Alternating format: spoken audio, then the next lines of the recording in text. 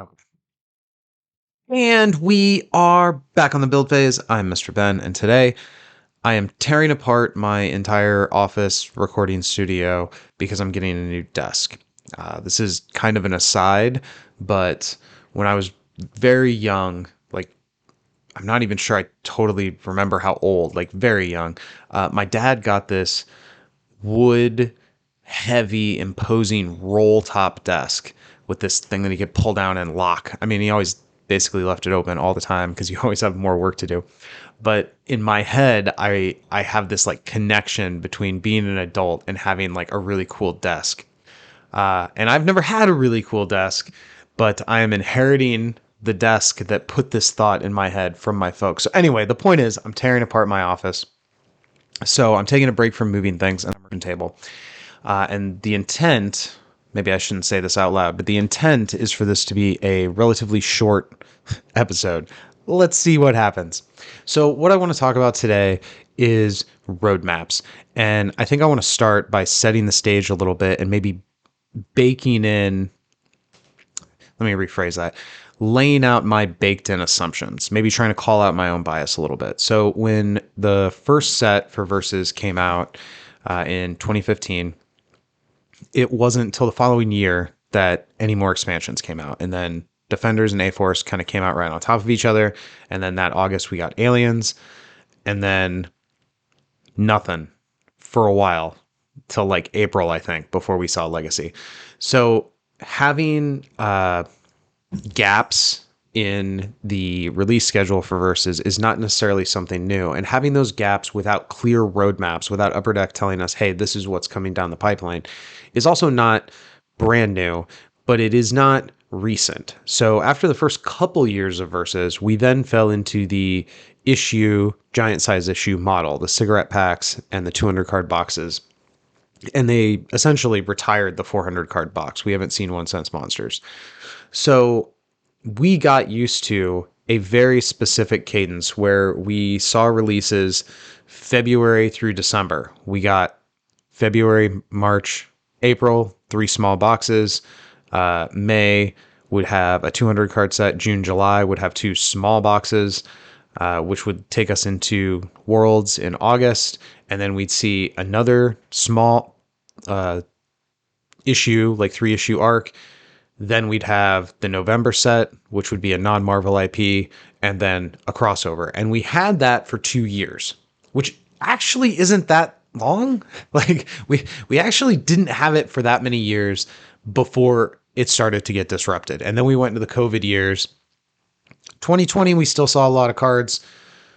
2021, we did not. So we've had kind of like uneven release models for a while. And some of that can be put at the feet of COVID. Some of that can be put at the feet of just Upper Deck has never been a company that has the best communication. Now, though, the established expectation has become that we're going to have a roadmap. We're going to maybe not know like what the cards are or what is the specifics about the set, but we're at least going to have some general ideas about what the arcs are going to be. And this is one of those areas where I think it's important to highlight some baked in bias. If you were around during the early years of Versus, you probably have a different conception of how Upper Deck operates than somebody who came around during the COVID years. And during the COVID years, we saw an explosion of new players in the game, which was actually really cool to see our game grow as so many other games, unfortunately, sadly, failed. But Upper Deck was behaving in a way during those COVID years with streams and engagement. And even, like Mark Shaughnessy did commentary on a game that community content people played with new cards before they came out. Like Upper Deck was doing a lot of outreach, and that's kind of dried up. Like it's not as dry as it was in the early days of the game, but compared to just a couple years ago, the level of energy engagement, it's really gone down and it's noticeable. And that's worrying to players who came in when the Upper Deck engagement and like effort maybe is, I don't know if that's I'm sure they're doing, I'm sure the effort is the same, but it's probably being put in areas that aren't as community facing. And that makes it look to somebody whose previous expectation, they're baked in, hey, this is what Upper Deck does, kind of thinking, if that was formed during 2020, 2021, the way Upper Deck is behaving now probably doesn't look very good for the game. If you come from those early days where we would go months and months without hearing anything and expansions were few and far between, this just feels like maybe a return to normal, which again, I don't want to, I don't want to overstate the case because they do have weekly streams. They are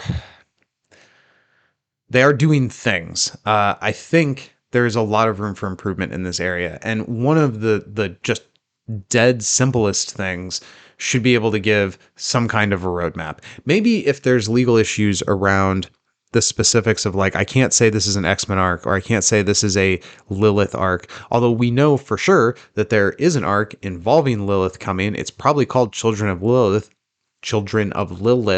based on the oversized card that was given out as prize support at Midwinter. So we actually already have a couple of details about what an eventual set is going to be, but we have no idea when it's going to come out, and we have no idea about the rest of the year.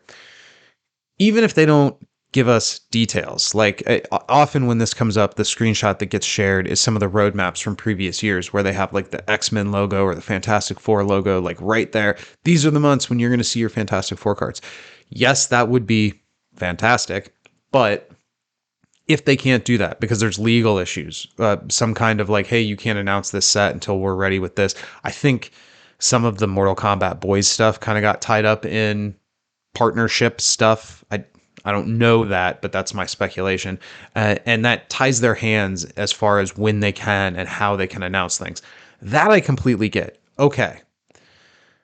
But could you at least say, hey, it's our goal to have 4 expansions this year? It's our goal to have a 200 card box and a 3 arc issue expansion this year. And that's like the minimum of what we're shooting for. If we can do better, cool. Like, I mean, dress it up however you need to make it sound like marketing copy, because I understand Upper Deck is a corporation. They are not going to talk in like a casual way. But I think it's fair for us to be like, guys, give us something. Give us something to be excited about. Give us something to point to when people come in and go, wow, no announcements? Like literally nothing is coming for this game, so this game's dead, right? Give us something to point to so we can say, nope, it's not dead. There's just behind the scenes issues going on. Like a lot of games, like a lot of game companies, they got hit hard during the COVID years. Things still haven't returned to normal. Things in my personal business still have not returned to normal. So I am sympathetic with the idea that there are lingering effects from the upheaval that we've gone through over the last few years. That's okay. I actually, if they came out and said, hey, look, you guys are going to get 1 expansion this year, that's the best we can do. I mean, that's a bummer, but that's infinitely better than the continued wall of silence. And again, I don't feel like the silence is that big of a deal, because I feel like this is just kind of like, the high watermark of Upper Deck doing stuff happened, and now we have receded, and we can still kind of like see the brackish line on the edge of the pool where the water once was, but okay, now we're back down to normal communication levels. I can't even drown my kneecaps in here. That's a deep cut joke. So I don't feel that like worked up about it, because I've been dealing with Upper Deck for so long, and this is just kind of how they do things. There's a lot of things that when Upper Deck does stuff right, I'm willing to praise them. This is not an area where they are deserving of praise. Yes, I guess I want to be real. This is not at the level of like 2017 communication. It is better than that, but we know they can do better. We know, we've seen it. We experienced it. We lived through it, and it was great. And then now it's kind of drifted back down. And that's after they've got like dedicated employees who are supposed to be like the versus people. Now I have no idea what any individual employee's responsibilities are. So I'm not trying to like take shots at anybody. I'm sure, again, I corrected myself when I said a diminishment of effort, because I'm sure that's not true. I'm sure the people who work on this game are working just as hard as they ever did.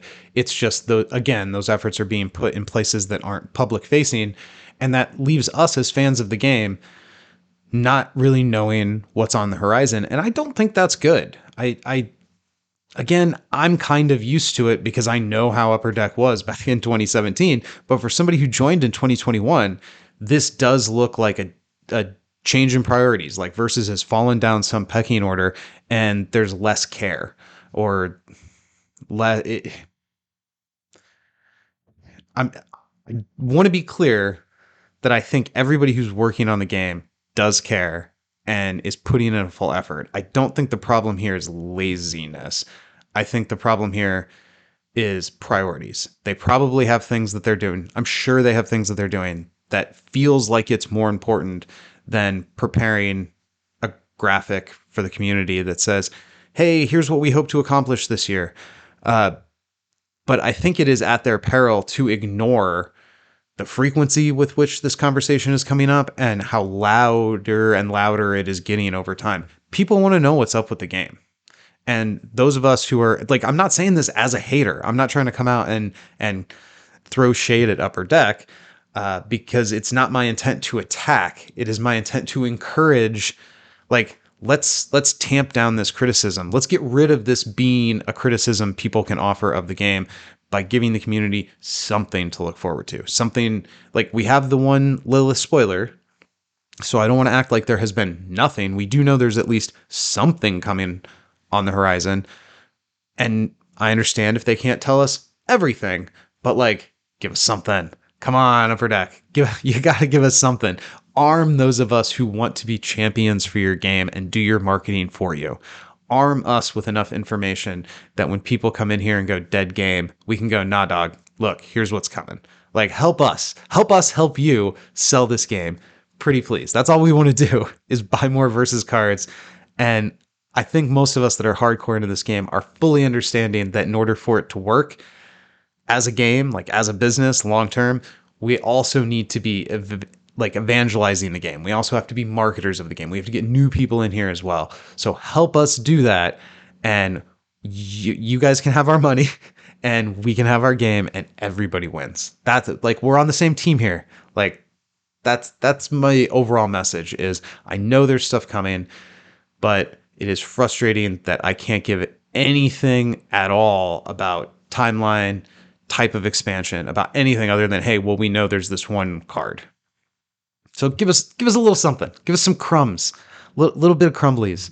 Even if it can't be a schedule, because it does look bad. I totally concede that if you say, oh, we're going to have a expansion in June, and then it doesn't come out till August, that creates some backlash. You don't want to do that. So don't say June if you're not sure you can make June. Like, don't put a time on it. Just say this is our, like, we want to have at least 100 new cards, 200 new cards, whatever the amount is. We want to have this number of cards released this year. Any further details about what's going to be on those cards, when they're going to come, how they're going to be packaged, we can't talk about that yet. That would be awesome. Just literally anything. Give me the crumbs. That's what I'm asking for. All right. This has been the Build Phase. I want to shout out the people who support this show. Our patrons keep the lights on around here, paying our server fees. If you like what we're doing here, patreon.com/the Build Phase. I'm Mr. Ben, and you should go win some games.